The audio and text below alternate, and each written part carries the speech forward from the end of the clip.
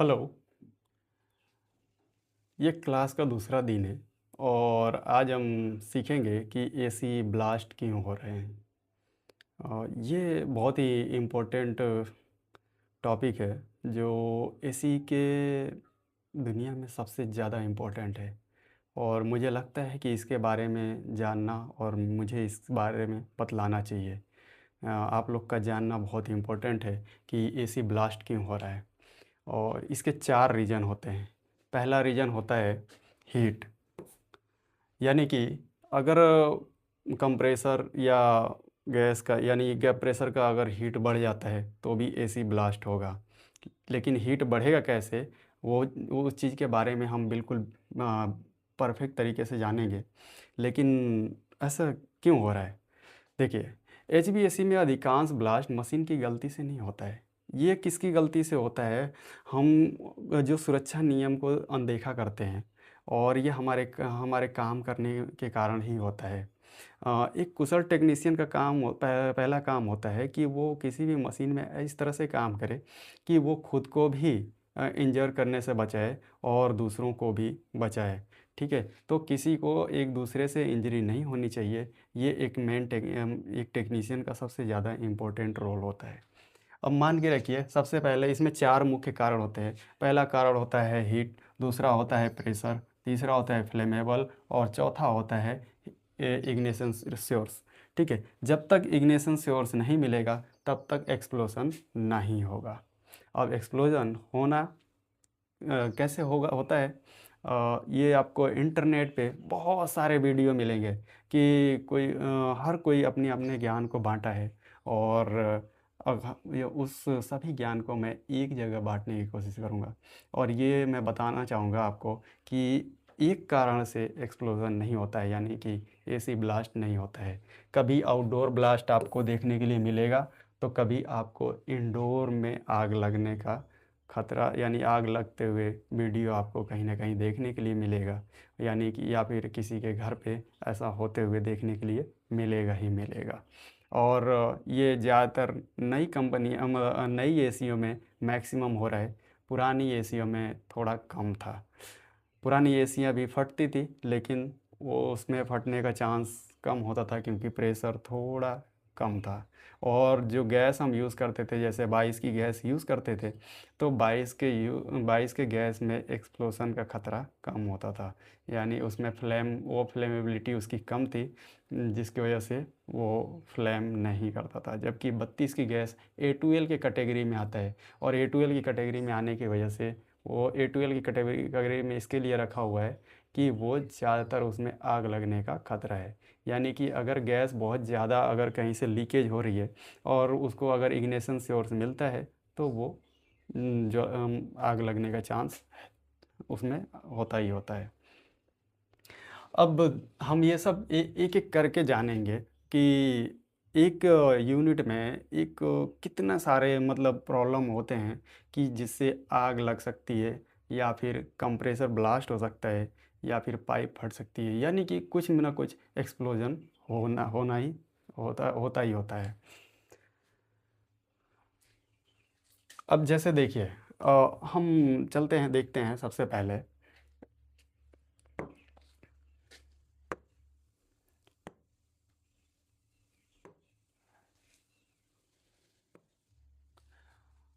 अगर आप देखेंगे तो इंटरनेट की दुनिया में बहुत सारा ब्लास्ट को लेकर के वीडियो बनाया हुआ है। जैसे मैं इंटरनेट में सर्च करता हूँ ब्लास्ट,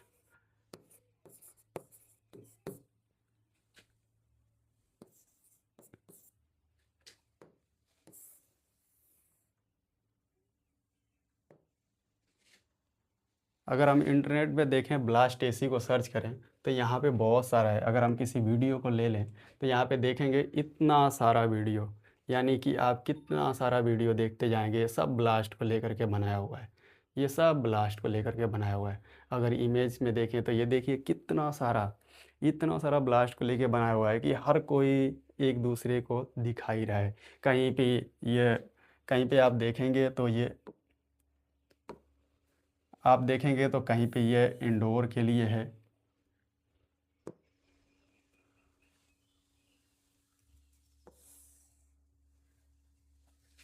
ये आउटडोर के लिए ब्लास्ट ब्लास्ट दिखाया गया है, ये इंडोर के लिए ब्लास्ट दिखाया गया है, और यहाँ पे भी आउटडोर के लिए दिखाया गया है। यानी हर जगह जगह पे इतना सारा वीडियो है कि आप देखते रह जाएंगे।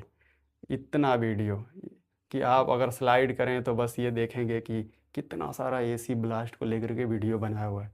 ये एक झूठी चीज़ें नहीं है, ये सच में है कि इतना सारा मतलब कोई एक गलती होने की वजह से, यानी ब्लास्ट होने की वजह से, किसी की मौत होने की वजह से इतने सारे वीडियो को बनाया गया है। और हर वीडियो में कुछ न कुछ समझाया गया है और अलग अलग रीज़न बताए गए हैं। और उन सभी रीज़न को आप अगर ध्यान से देखेंगे तो वाकई में वो रीज़न होते हैं जो भी बतलाए गए हैं। मैं किसी भी वीडियो को प्ले नहीं कर रहा हूँ फ़िलहाल के लिए। हम आगे बढ़ेंगे और एक साथ जाने एक तरफ से जानने की कोशिश करेंगे कि कितना सारा रीज़न होता है एसी ब्लास्ट होने में। एक रीज़न से एसी ब्लास्ट नहीं हो सकता है, हर अलग अलग बहुत सारे ऐसे रीज़न हैं कि जो ब्लास्ट का कारण बनते हैं। हम शुरू करेंगे आउटडोर साइड से, और उसके बाद हम इंडोर की तरफ जाएंगे। जैसा कि ये कंप्रेसर ब्रीजिंग किया जा रहा है, बट यहाँ पे आप देखेंगे तो ये नोजल का उपयोग किया जा रहा है, ठीक है। ये आप जब नोजल का उपयोग कर रहे हैं तो उसका मतलब है कि ये परफेक्ट है। लेकिन यहीं पे अगर आप ब्लू टॉर्च यानी छोटे सिलेंडर का अगर आप उपयोग कर रहे हैं तो ये क्या होता है, ज़्यादा देर तक, यानी आप यहाँ अगर आप अक्यूमुलेटर के पास हीट कर रहे हैं तो कोई प्रॉब्लम नहीं है।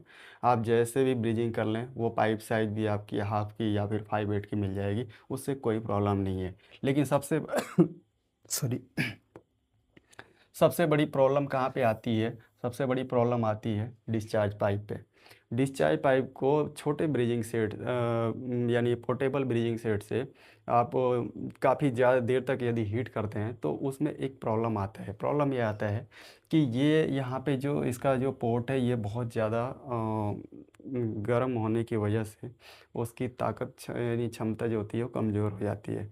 और यदि बाय द वे आपने यदि किसी आगे कोई भी काम किया है जहाँ पे थोड़ी सी ब्लॉकेज अगर आ रही है, जहाँ से प्रेशर हाई होने का चांस है, तो ये मैक्सिमम होता है कि यहाँ से ये पूरा या तो यही उड़ जाता है, और या फिर ये टर्मिनल यहाँ से उड़ जाता है। लेकिन सबसे ज़्यादा चांस होता है टर्मिनल, क्योंकि टर्मिनल काफ़ी पास होता है और वो काफ़ी देर तक हीट होने की वजह से वो ख़राब हो जाता है। और टर्मिनल का ध्यान दें, टर्मिनल वो ग्लास का होता है, ऐसा नहीं है कि वो आपका लोहे का टर्मिनल होता है, नहीं। वो कोई भी किसी भी कंप्रेसर में जो टर्मिनल होता है वो ग्लास का होता है, बहुत हैवी ग्लास का होता है, जिसकी वजह से उसमें किसी में भी आपस में करंट फ्लो नहीं होता है।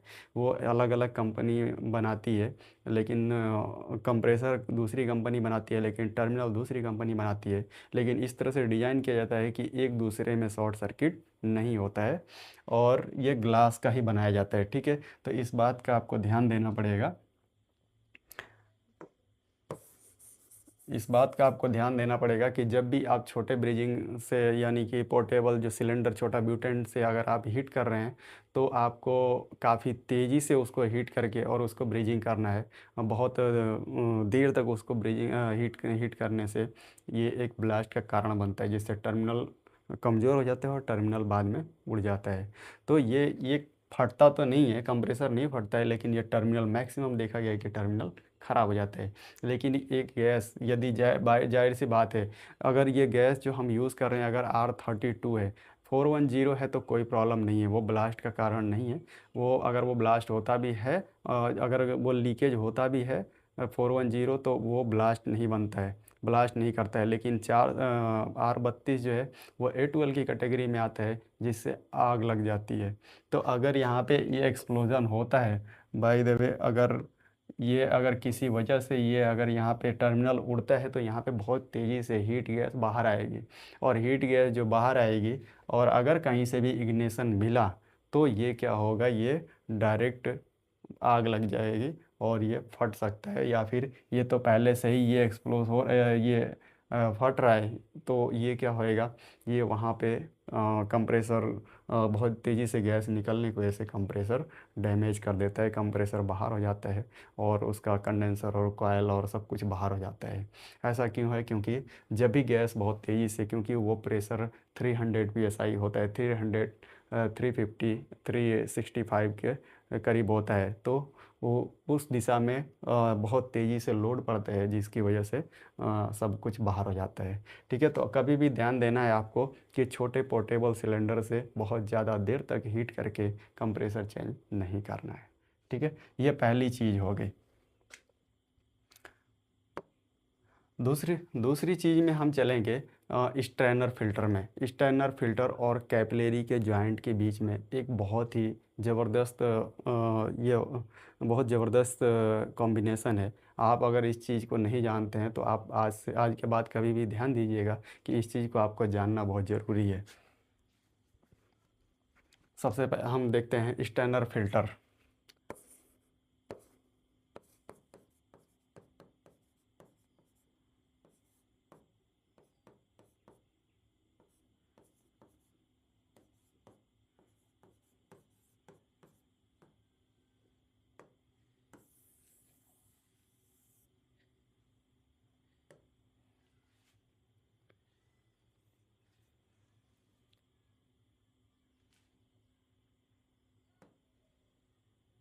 जैसे ये एक स्टेनर फ़िल्टर है, इसमें आप देख सकेंगे कि इसमें कैपिलरी लगाई जा सकती है।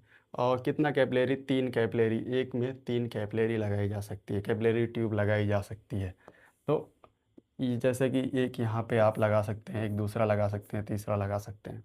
आप यदि 2 कैपिलरी लगाना है तो किसी को ब्लॉक करके इसमें किसी एक को ब्लॉक कर सकते हैं। ये 4 कैपिलरी का है, 1 2 3 4 कैपिलरी का है।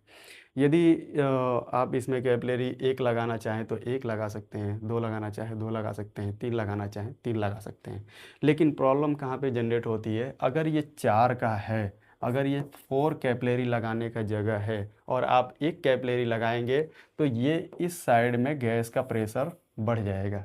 ठीक है, तो ये बढ़ना यानी कि गैस का प्रेशर जब बढ़ेगा और गैस आप ज़्यादा मात्रा में फिल कर रहे हैं, अगर 800 ग्राम आपके आउटडोर यूनिट या इंडोर यूनिट सॉरी आपके सिस्टम में 800 ग्राम गैस आनी है और आप उसे अगर उतना फिल कर देते हैं तो ये क्या होएगा, प्रेशर बढ़ जाएगा। ठीक है, सक्शन प्रेशर भले ही लो रहेगा लेकिन डिस्चार्ज प्रेशर हाई हो जाएगा।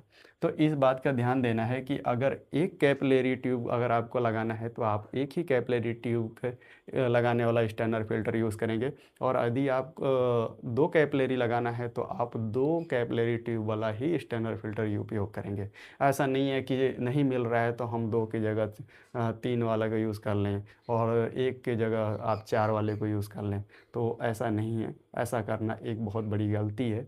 क्योंकि जब भी हम स्टैंडर्ड फ़िल्टर लगाते हैं तो वो रिड्यूस कराया जाता है गैस यहाँ से क्या होती है, इस तरह से रिड्यूस किया जाता है कि बहुत परफेक्ट तरीके से कैपिलरी ट्यूब में गैस फ्लो हो सके। लेकिन यदि ये आप लगाएंगे तो ये गैस की रुकावट पैदा होगी। अगर आप एक में कैपिलरी ट्यूब लगा रहे हैं तो दूसरे में रुकावट पैदा होगी, तो उस रुकावट पैदा होने की वजह से डिस्चार्ज का प्रेशर हाई हो जाएगा, जबकि सक्शन का प्रेशर लो ही रहेगा। आपको ये लगेगा कि सक्शन प्रेशर कम है और भी गैस फिल कर देते हैं। तो ये एक्सप्लोजन का यानी ये ब्लास्ट का एक बहुत बड़ा ये भी कारण है। तो इस चीज़ को आपको ध्यान देना है और समझना है। इस बात का भी ध्यान देना है कि हर आउटडोर सिस्टम में एक स्टैनर फिल्टर और कैपिलरी ट्यूब लगाई गई होती है। अगर ऐसा नहीं किया जाता है तो कभी भी लिक्विड फॉर्म नहीं हो पाएगा, यानी कंडेंसिंग अच्छे से नहीं हो पाएगी। कंडेंसिंग गैस हीट नहीं हो पाएगी अच्छे से। और लिक्विड जब भी कंडेंसिंग होता है तो वो जो कंडेंसिंग में जो चीज़ रह जाता है, यानी कि जो हीट गैस रह जाती है, वो लिक्विड फॉर्म में जनरेट होने के लिए एक कैपिलरी ट्यूब का भी उपयोग किया गया होता है। ठीक है, तो इस बात का भी आपको ध्यान देना है कि हर सिंगल आउटडोर यूनिट में कैपिलरी ट्यूब और स्टैंडर्ड फिल्टर आपको मिलेगा ही मिलेगा। अभी जब भी आप कैपिलरी ट्यूब और कैपिलरी स्टैंडर्ड फिल्टर ज्वाइंट करते हैं, उसमें भी एक बहुत बड़ा रीज़न है कि वो आपको कैसे लगाना है। ये चीज़ भी आपने कभी ध्यान नहीं दिया होगा। अगर आपने ध्यान दिया है तब तो आप बेहतर वर्क कर रहे हैं, लेकिन यदि आपने ध्यान नहीं दिया तो आप बस जैसे तैसे चलने वाला वर्क कर रहे हैं। क्यों? ये मैं आपको बताता हूँ कैसे।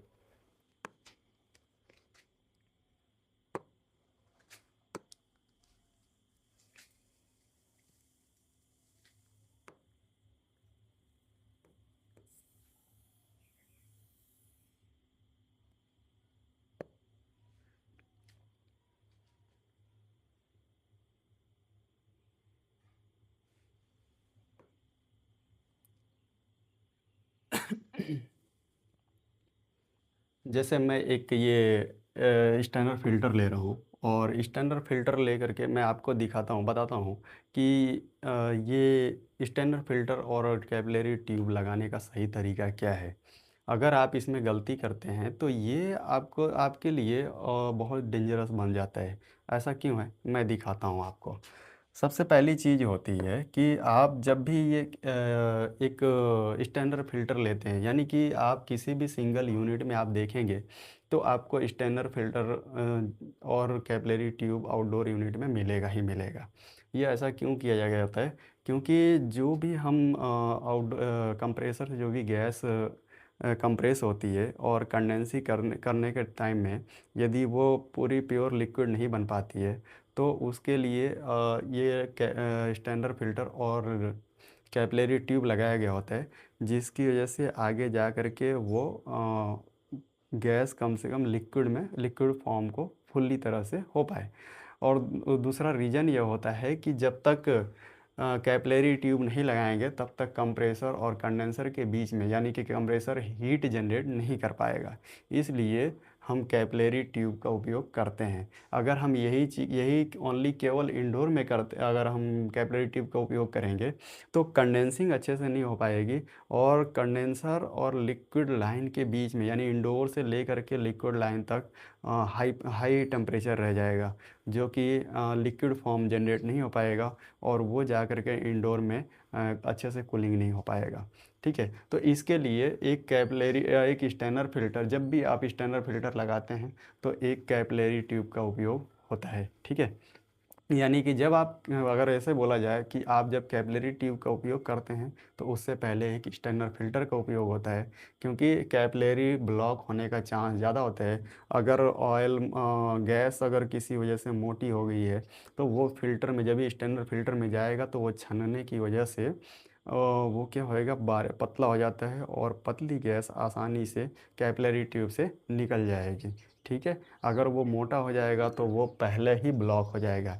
यानी कि अब हम क्या करते हैं, दिखाते हैं आपको कि ये रिड्यूस करने के लिए इस स्टैनर फ़िल्टर पहले से ही रिड्यूस करवाया गया होता है। लेकिन अब जब भी आप वर्क करते हैं तो वर्क करने के टाइम में आपको इस बात का ध्यान देना होता है कि कैपिलरी ट्यूब को सही से लगाया जा रहा है या नहीं।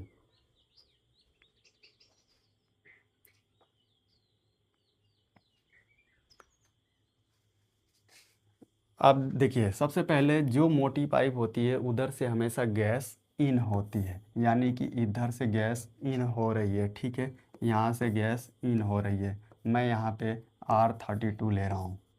ठीक है, अब यहाँ से गैस इन हो रही है, लेकिन अब इसको आउट होने के टाइम में अगर हम कैपिलरी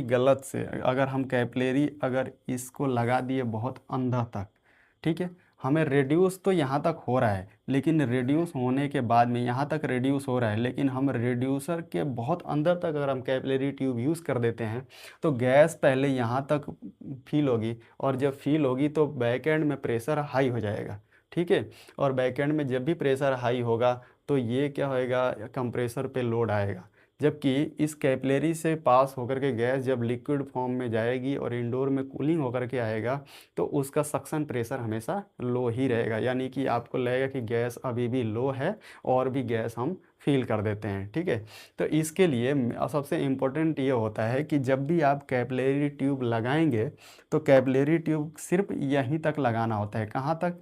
जहाँ पे ये आपका जहाँ पर ये रेड्यूस ख़त्म होता है और यहाँ से जो भी आगे जो पाइप होती है सिर्फ यहीं तक आपको कैपिलरी ट्यूब लगाना होता है, इसके अंदर जाना ही नहीं चाहिए। अगर आप ऐसा करते हैं तो ये भी एक ब्लास्ट का सबसे इम्पोर्टेंट पार्ट हिस्सा है, जिसकी वजह से आगे बैक एंड में हीट ज़्यादा होगी, कंप्रेसर ओवर हीट होगा और ओवर हीट होते होते ये या तो कंप्रेसर ब्लास्ट होगा या पाइप फट सकती है या कुछ भी हो सकता है। यदि पाइप फट रही है, गैस बहुत तेज़ी से निकल रही है और कहीं से भी इग्निशन सोर्स मिलता है तो वो क्या करेगा, इस आउटडोर में आग लगने का ज़्यादा चांस होगा। और जब भी आग लगेगी तो आपको पता है कि ये आग को फिर आप तब तक नहीं बुझेगी जब तक कि कंप्रेसर का ऑयल जल नहीं जाता है।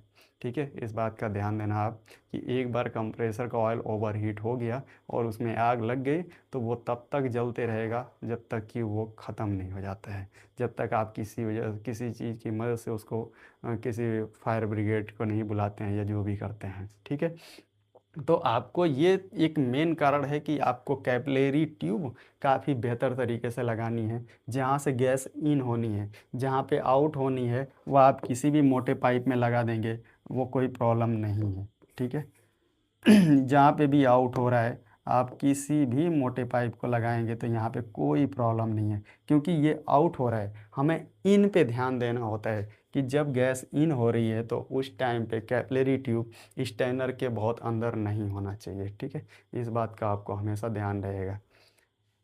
अब हम आगे बढ़ेंगे कि ये ये स्टेनर फिल्टर आपको inverter AC, non inverter AC, window AC, ये किसी में भी आपको मिलेगा ही मिलेगा। ठीक है, अब जब हम आगे बढ़ेंगे तो ये बढ़ेंगे, देखिए ये सही सेम प्रोसेस होता है इन्वर्टर मॉडल एसी में।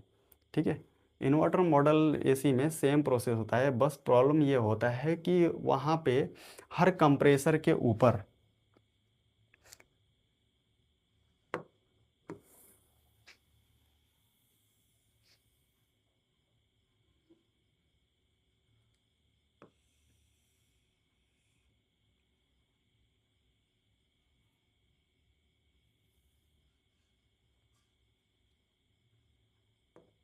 इन्वर्टर मॉडल एसी में हर कंप्रेसर के ऊपर, जैसे मैं एक कंप्रेसर अगर बना दूं यहाँ पे, ठीक है,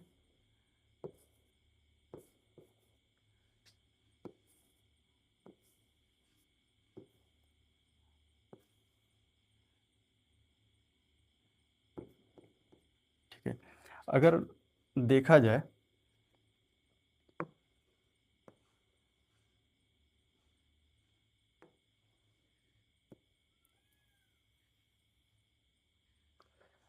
हर कंप्रेसर के ऊपर आपको एक, यहाँ पे एक मिलेगा, आपको क्या मिलेगा, यहाँ पे एक सेंसर मिलेगा जिसको हम बोलते हैं डिस्चार्ज सेंसर। यानी कि इन्वर्टर मॉडल एसी में ये कंपलसरी होता है। ये किसके लिए होता है, ये इसके लिए नहीं होता है कि ये सिर्फ टेम्परेचर बताएगा कि ये आउटडोर ये डिस्चार्ज टेम्परेचर कितना है। ये एक साथ में दो वर्क करता है, जैसा कि मैं पहले बताया था कि हर चीज़ एक साथ दो काम करने के लिए लगाई गई होती है।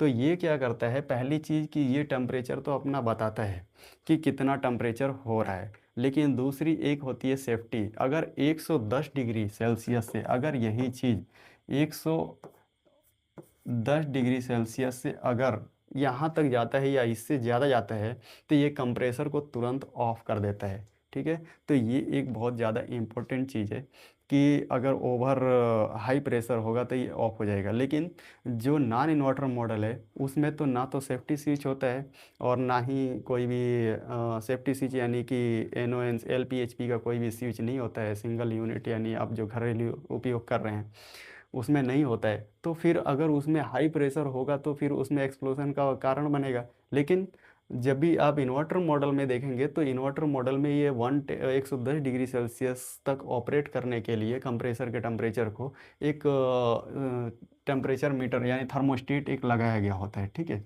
तो ये थर्मोस्टेट इसके हीट को चेक करते रहता है कि गैस की हीट कितनी चल रही है इस टाइम। अगर 110 या उससे एक डिग्री सेल्सियस भी ऊपर जाता है तो ये तुरंत ट्रिप हो जाता है। ठीक है, यानी आपका अगर आप बोलेंगे कि हमारे कंप्रेसर का मेन हीटिंग यानी हमारे कंप्रेसर कितना हीट होती है, तो ये आपको मान के चलना है कि 110 या उससे कम।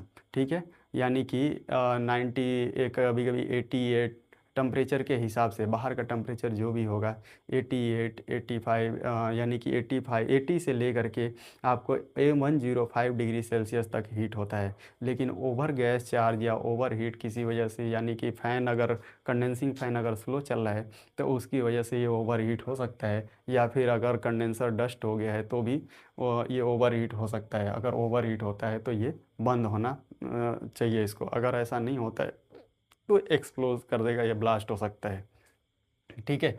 यानी ये कंप्रेसर जल सकता है, और कंप्रेसर जलेगा या फिर उसके वो कम वीक हो सकता है कंप्रेसर। क्यों? क्योंकि जो हम non inverter inverter model AC में जो कंप्रेसर यूज़ करते हैं वो मैग्नेटिक होता है, यानी कि उसमें परमानेंट मैग्नेट उपयोग किया जाता है। और जो हम नॉन इन्वर्टर यूज़ करते हैं उसमें परमानेंट मैग्नेट का उपयोग नहीं किया गया होता है।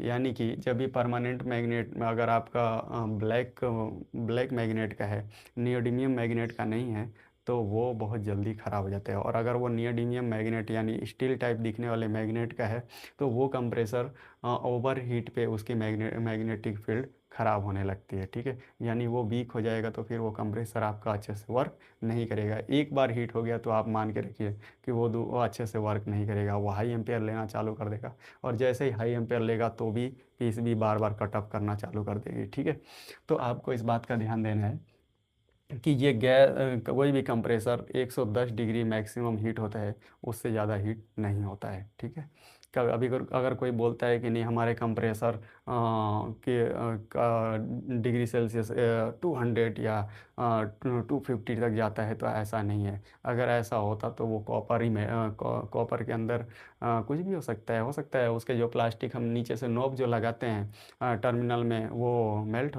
होकर के ख़राब हो जाए। तो ऐसा नहीं होता है।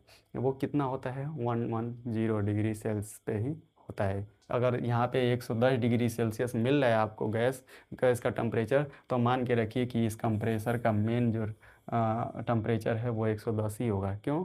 क्योंकि उससे ज़्यादा होगा तब तो ये ख़राब हो जाएगा, तब तो उससे ज़्यादा होना ही नहीं चाहिए। तो इसके लिए जितना टेम्परेचर मिल रहा है उतना ही आपके इसका गैस का टेम्परेचर जितना मिल रहा है उतना ही इसका टेम्परेचर है।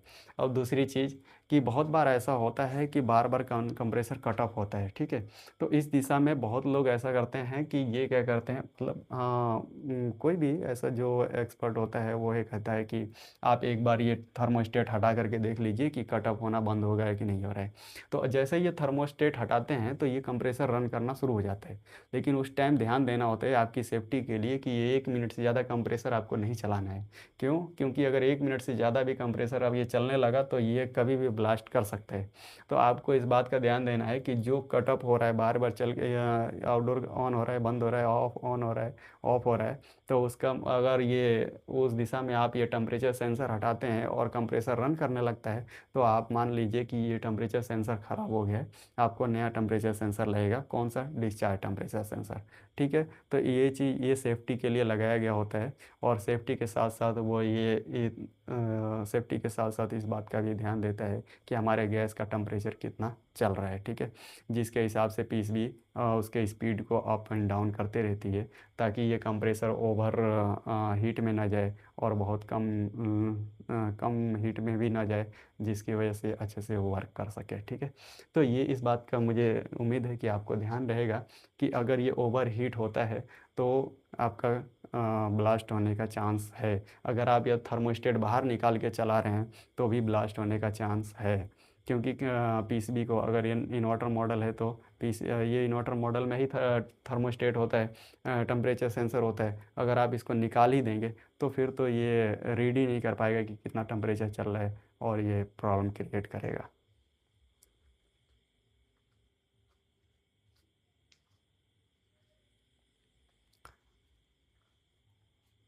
अब हम आगे बढ़ेंगे कि गैस टॉपअप के लिए। गैस टॉपअप का आपको ध्यान रखना है कि गैस टॉपअप करते समय कोई भी जब भी आप गैस टॉपअप करते हैं आउटडोर में, तो गैस टॉपअप आपको हमेशा मैक्सिमम आपको 150 सॉरी, जब भी आपको ध्यान देना है कि आपको गैस टॉपअप हमेशा 140 से नीचे ही, यानी सॉरी 150 से नीचे ही रखना है। यानी कि आपका गैस का प्रेशर जो होता है, आप जो सक्शन होता है वो 150 psi से नीचे होना चाहिए। ये अगर 150 या 150 से ऊपर जाता है तो आपके यूनिट में ओवर गैस टॉपअप हो गई है। ठीक है, ये अगर फर्स्ट टाइम कंप्रेसर चल रहा है तब तो ठीक है, लेकिन जैसे ही आप बंद करके ऑन करेंगे तो कंप्रेसर ऑन नहीं होगा। ठीक है, तो इस बात का ध्यान देना है कि 150 से नीचे होनी चाहिए, 150 या 150 से ऊपर गैस नहीं होनी चाहिए। ये आपका ओवर चार्ज गैस है। ठीक है, तो हमेशा गैस का टॉप अप जो है आप उस पे यूनिट पे लिखे हुए रेफ्रिजरेंट के अमाउंट के हिसाब से केजी में कीजिए, अगर आप पॉसिबल है तो। अगर उस पे लिखा है 800 ग्राम, तो आप 800 ग्राम ही गैस को टॉप अप कीजिए। अगर आपने पाइप पहले, अगर जैसे बोला जाता है कि हमने पाइप 10 फीट या 15 फीट बढ़ा दिया है, तो आप उसमें बहुत ज़्यादा टॉप अप नहीं कर सकते हैं। गैस बढ़ाने में पर मीटर के हिसाब से 10 ग्राम रखा जाता है। 10 ग्राम आप रखेंगे तो ये 2 मीटर है, तो अगर आपका 15 फीट पाइप है तो आपका 4 मीटर के करीब ये आ रहा है। 4 साढ़े 4 मीटर के करीब आपका ये पाइप हो रहा है, लेकिन लिक्विड के पाइप के हिसाब से जोड़ा जाता है।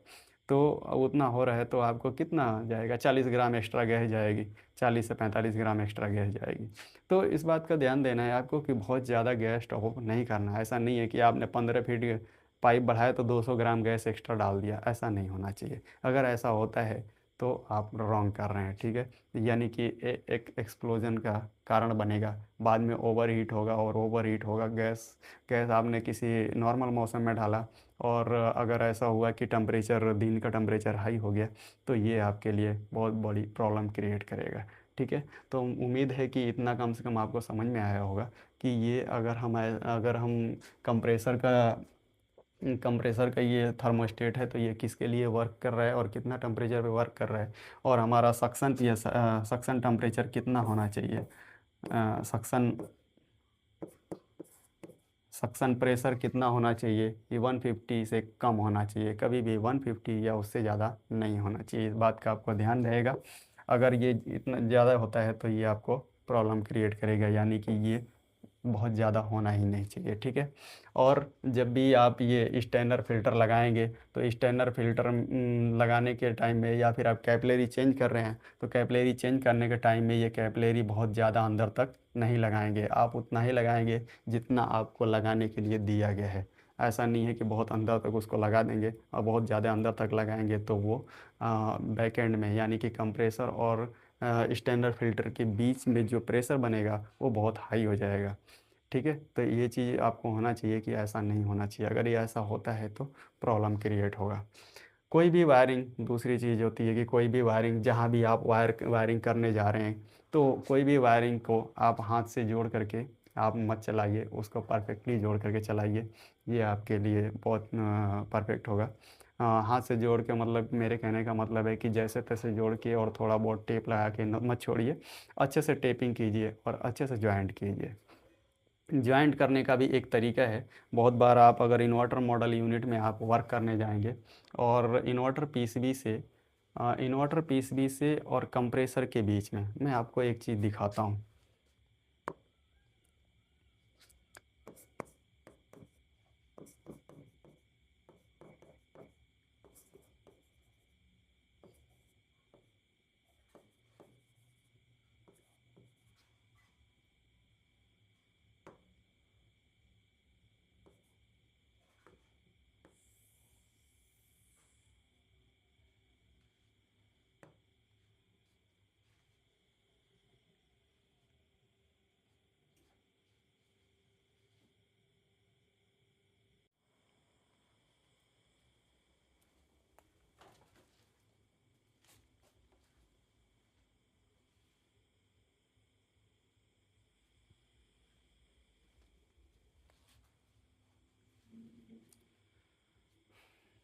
जैसा कि आप देख सकते हैं, ये एक इन्वर्टर मॉडल आउटडोर यूनिट है।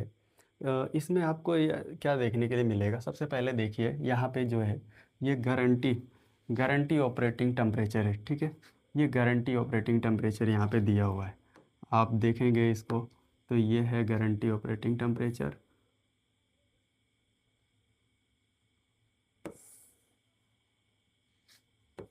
यानी कि इस मैक्सिमम इस टेम्परेचर पे चल सकता है। और दूसरा है कि कीप रेटेड पे, ठीक है। तो इसका मतलब है कि ये जब भी रनिंग करेगा, उस टाइम 46 डिग्री सेल्सियस पे मिनिमम रन करते रहेगा। लेकिन मैक्सिमम कितना जाएगा, 52 तक जाएगा। लेकिन अदर अदर ब्रांड में किसी में 54, 55 या 56 भी हो सकता है। तो ये एक रेंज दिया हुआ है कि इतने टेम्परेचर पे ये वर्क कर लेगा। तो क्या बाहर का टेम्परेचर इतना होता है, नहीं। अगर इतना टेम्परेचर हमारे इन्वायरमेंट का मतलब बाहर का आउटसाइड का हो गया, तब तो हमें हमें खुद के लिए बहुत बड़ी प्रॉब्लम होने लगेगी। लेकिन ये किस चीज़ का रेटेड टेम्परेचर होता है? ये होता है इस हीट एक्सचेंजर का होता है। यानी कि आप देखेंगे तो ये इस हीट एक्सचेंजर का टेम्परेचर होता है। यानी कि ये इस एक्सचेंजर का टेम्परेचर कितना हो सकता है? मैक्सिमम 52। अगर ये 52 हो रहा है तो ये उस टेम्परेचर पे परफेक्टली वर्क करेगा। ठीक है। लेकिन अगर ये 52 से अगर ज़्यादा होता है, तब तो ये अच्छे से वर्क नहीं करेगा। ठीक है। तो इस बात का आपको ध्यान देना है कि ये जो भी ये रेटेड टेम्परेचर और कैपेसिटी मेन टेम्परेचर और गारंटेड टेम्परेचर जो ऑपरेटिंग रेंज होता है, वो दोनों अलग अलग होता है। और ये हमेशा इस पे हमेशा ध्यान देनी चाहिए।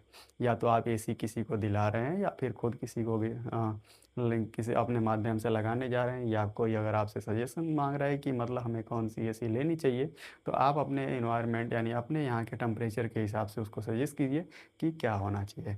अब आगे बढ़ेंगे। ये चीज़ हमारा है कि ये कंप्रेसर है। ठीक है। ये कंप्रेसर और ये पीसीबी के बीच में जो वायर लगता है, इस वायर का भी आपको ध्यान देना है कि अगर एक वायर, जैसे ये 3 वायर है, ठीक है, अगर एक वायर बाई द वे अगर चूहों ने काट दिया या फिर कैसे भी वो कट चुका है, तो ये हमेशा हमिंग करेगा। जब भी कंप्रेसर ऑन होगा तो बहुत तेज़ी से ऐसे ऐसे ही वो हिलेगा। ठीक है। और बहुत तेज़ी से हमिंग होता है और बाद में फिर वो बंद हो जाता है। तो इस दिशा में इस बात का भी ध्यान देना होता है। वो हो सकता है पाइप टूट जाए, या फिर खुद से भी गलती हो जाती है कि एक वायर लगाना अच्छे से ना लगाओ हमसे। तो ये सब चीज़ें भी एक हमिंग का कारण बनती है। और ये अगर बहुत देर तक ऐसे ही चलता रहा, अगर किसी वजह से अगर ये अच्छे से पीस भी ऑपरेट नहीं हो रही है, और ऐसे बीच बीच में ऐसे चल रहा है, तब तो ये एक्सप्लोजन का कारण बनता है। तो ये कब होता है? ये नए यूनिट में नहीं होता है। ये अक्सर या तो हम रिपेयर की हुई पीसीबी में देखने के लिए मिलेगा हमें, या फिर ये ऐसा होता है कि हम कुछ वर्क करके आ गए हैं, तो आपको देखने के लिए मिलेगा। एक जॉइंट होता है, जैसे वायर का जॉइंट होता है कि मान के रखिए आप 3 वायर लिए हैं, 1 2 3।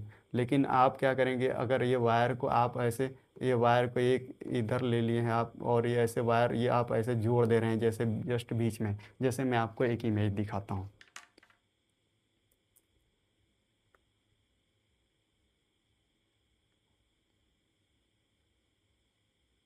ये दिखाया गया है कि यहाँ पे कौन सा सही है और कौन सा गलत है।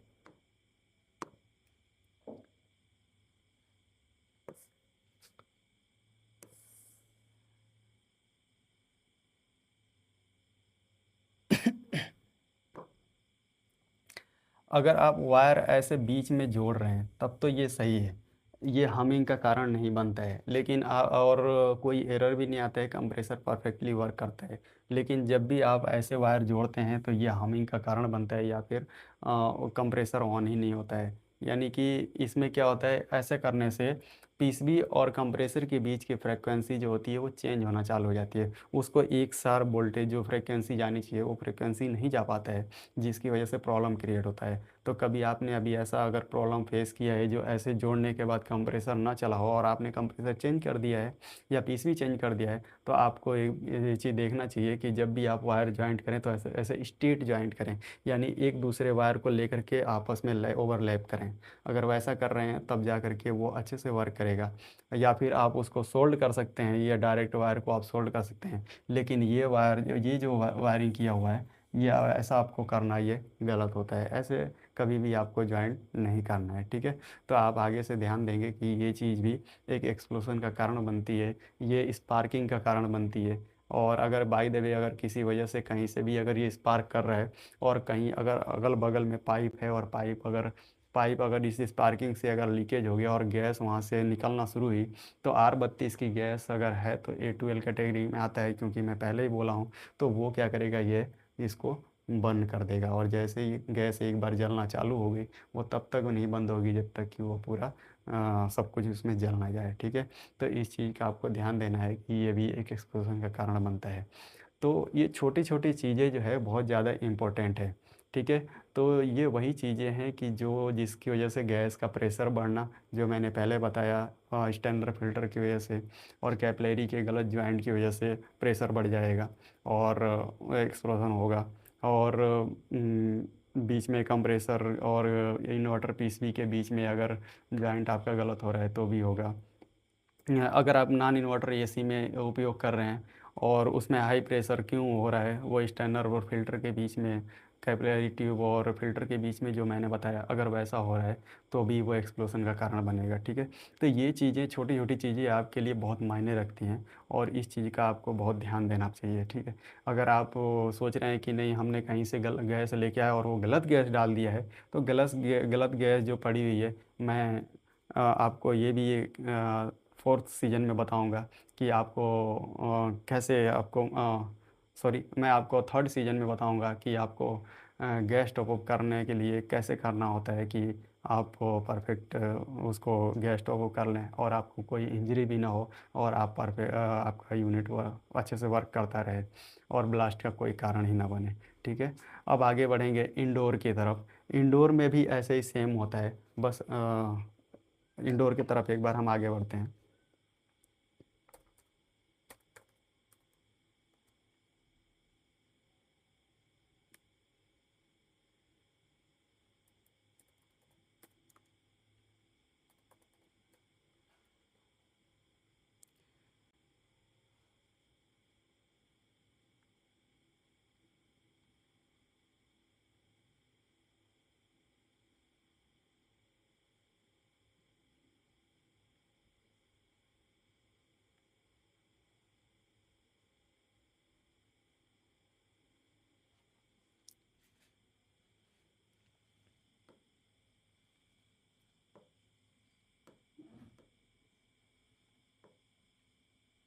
जैसा कि आप देख सकते हैं ये इंडोर की तरफ, और इंडोर कॉयल में भी ऐसा ही होता है, सेम टू सेम। जो मैंने एक्सपेंशन, सॉरी, जो मैंने स्टैंडर्ड फिल्टर की बात कहा था, अगर स्टैंडर्ड फिल्टर आप अगर इंडोर के पाइपलाइन, यानी कि जो पाइप आप ये यूज़ करते हैं, इसके ठीक बैकएंड में जो स्टैंडर्ड फिल्टर होता है, ठीक है, आपको कभी भी ध्यान देना है कि जो भी स्टैंडर्ड फिल्टर हम जो लिक्विड पाइप ज्वाइंट करते हैं, और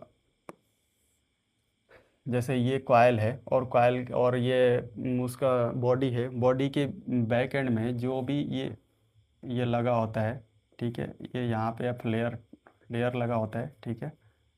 यहाँ पे फ्लेयर है और ये पाइप है, और फिर वापस से एक स्टैंडर्ड फिल्टर होता है। और एक, अगर आप हीट और कूल दोनों टाइप की यूनिट यूज़ कर रहे हैं तो दोनों में स्टैंडर्ड फिल्टर मिलेगा। लेकिन आप ओनली कूलिंग के लिए यूज़ कर रहे हैं तो आपको ओनली लिक्विड में ही आपको स्टैंडर्ड फिल्टर देखने के लिए मिलेगा। ठीक है।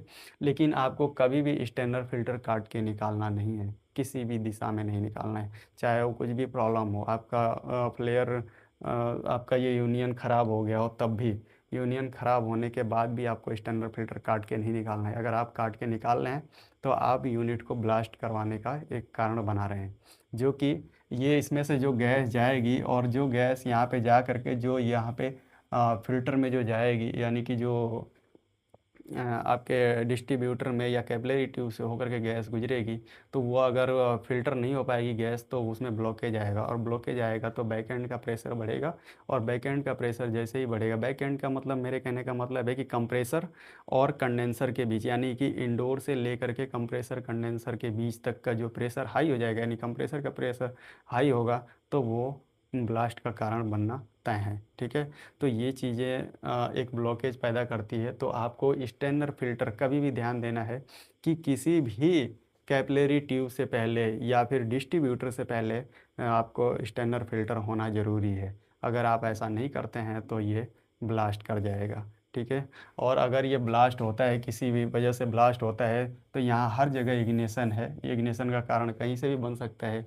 ये या तो ये हमारा मेन कनेक्शन बन सकता है, या फिर मोटर मोटर भी बन सकती है। मोटर अगर वो नॉर्मल टाइप की हुआ तो वो बनना तय है, लेकिन अगर बीएलडीसी टाइप है तो बीएलडीसी एक्सप्लोजन का कारण नहीं बनता है। ठीक है। तो इस बात का आपको ध्यान देना है। लेकिन अगर गैस डायरेक्ट पीसीबी में जाती है और पीसीबी में अगर पहले से डस्ट है और नमी बनता है, और अगर कोई कुछ भी उसमें शॉर्ट सर्किट होता है, तो वो आपका नुकसान करवाएगा, यानी कि ये इंडोर में आग लग सकता है। तो ये मैक्सिमम देखने के लिए मिलता है कि एक बार अगर इंडोर में आग लग गया तो वो आपका टोटली सब कुछ बेकार जाएगा। तो ये सब चीज़ें जो है ये काफ़ी इम्पोर्टेंट है। और आप मेरे ख्याल से आप समझ चुके होंगे कि एक एक छोटी से छोटी चीज़ भी कितना इम्पोर्टेंट है। अगर आपको इसमें और भी कुछ जानकारी चाहिए तो आप हमसे हमारे क्लास में जुड़ करके और हमसे पूछ सकते हैं। आज के लिए बस इतना ही। उम्मीद है कि आपको हर चीज़ बहुत क्लियरली पता चला होगा, और अगर आपको मालूम नहीं चला है कि नहीं क्या और भी कोई कारण है तो आप हमें बता सकते हैं। लेकिन मेन मेरा एक ही कारण है कि आप कुछ भी करेंगे तो आपका बैकएंड का प्रेशर नहीं बढ़ना चाहिए। बैकएंड का प्रेशर अगर फ़ैन ऑफ हो जाता है, कंडेंसिंग फ़ैन, तो भी हो सकता है। तो ये कंडेंसिंग फ़ैन ऑफ होगा तो आपका ये नुकसान करवा देगा कि वो ओवर हीट होकर के या तो ट्रिप होगा या एक्सप्लोजन होगा। लेकिन फ़ैन से आपका यूनिट सेफ़ है, लेकिन आपके वर्क से आपका यूनिट सेफ़ नहीं है, ठीक है। इस बात का आपको ध्यान देना है कि जो भी गलतियाँ हो रही है वो हम खुद करेंगे तभी जा कर के एक्सप्लोजिव होती है, यानी कि वो ब्लास्ट करता है। या उससे अलावा जो पहले से कंपनी ने बना दिया है कि फ़ैन अगर अचानक से बंद हो गया तो भी उसको ब्लास्ट नहीं होना है, क्योंकि वो थर्मोस्टेट आउटडोर कंप्रेसर के अंदर का उसको ट्रिप करवा देगा, ठीक है। यानी कि वो एक सेफ्टी है। लेकिन अगर आप वर्क कर रहे हैं तो ओवर हीट कब होगा? जब आपके तरफ से ओवर गैस चार्ज होगी, ओवर गैस टॉप अप होने की वजह से ओवर हीट होगा। तो आज के लिए बस इतना ही। हम मिलेंगे अगले सेशन में, सेशन 3 में। तब तक के लिए धन्यवाद।